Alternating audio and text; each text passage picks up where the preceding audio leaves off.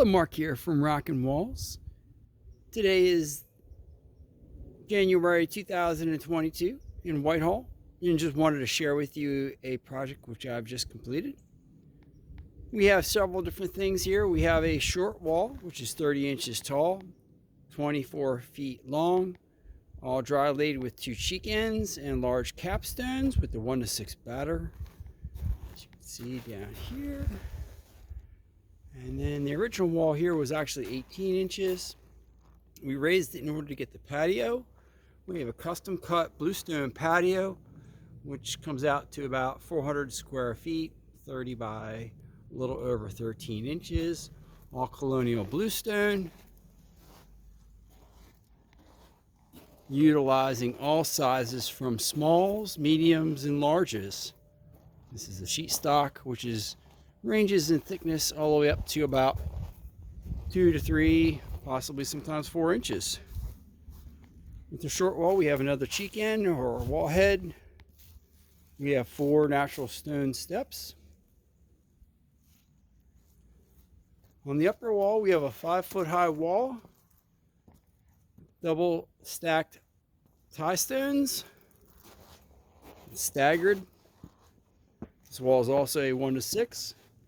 There's actually a drain pipe in this area underneath the patio, so we have a couple different bridging going on, and this lintel here for the bridging is nothing more than just a spot where the client can easily run his hose just through the wall. So the spigot's right there.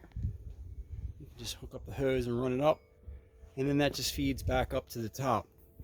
Throughout the project itself, we have conduit run throughout the patio. Everything comes out over here. Since the electrical outlet is right there, you can easily put a transformer, wire up some 120, or do 12-volt low voltage lighting, which is something that I do with Rockin' Walls. This wall, once again, is this wall's total length is 28 feet. All this stone is from the property, also 1:6 batter. So this is 5 feet high and 28 feet long, with also large capstones. The very top basically took the earth, did a more or less like a swale for any water comes down, can run out, and then kind of come around. Also found stone on the property that was a little bit different. These really incredible rounded boulders, and just did a little boulder section where the clients can do some plantings. You know, it's been really amazing with this project is I found a great deal of these cornerstones or rectangle stones, and these were all buried in the bank. So obviously there was a structure at some point took apart and buried. And for example, this face right here was all shaped. You can see these little lines here. That's from chisel marks. And then you have little point marks in here. And those are where they probably use like a pointer or some other type of chisel. The areas that I've worked with the bushing hammer are right here. And then coming down, this is really neat because you can see the paint here. So they work this face and obviously work this face. So just incredible stones. And then this one's really nice too. You can really see in here the lines, line here, line here, line here, line here. Same thing like maybe a tracer where it's just a flat blade and they came in and they just like worked it in order to get this face nice and smooth. So just utilizing all the stone from the property. Stone that I unearthed. This wall itself was dry laid but also mortared. And I'll put some pictures at the end. Or actually right here, I'll put some pictures of this wall, and then I'll put some pictures of the other wall. So once again, the Bluestone Patio, just irregular shapes for the most part, just maximizing all the stone from the pallets that best fit, matching corner to corner. And this has a nice grade, bedded on a number 8 gravel with the wider joints.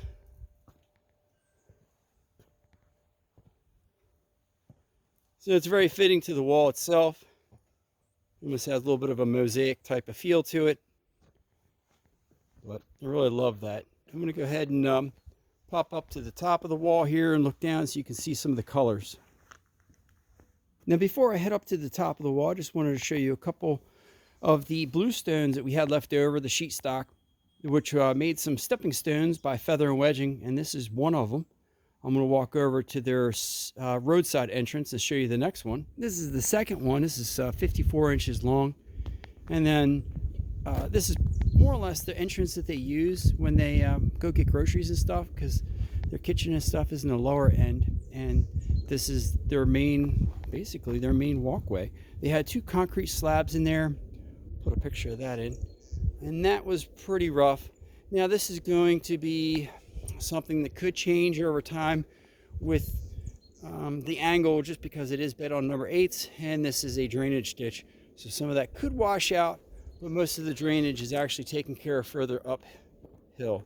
So let's go ahead and head up to the top of the wall. Let me show you the patio.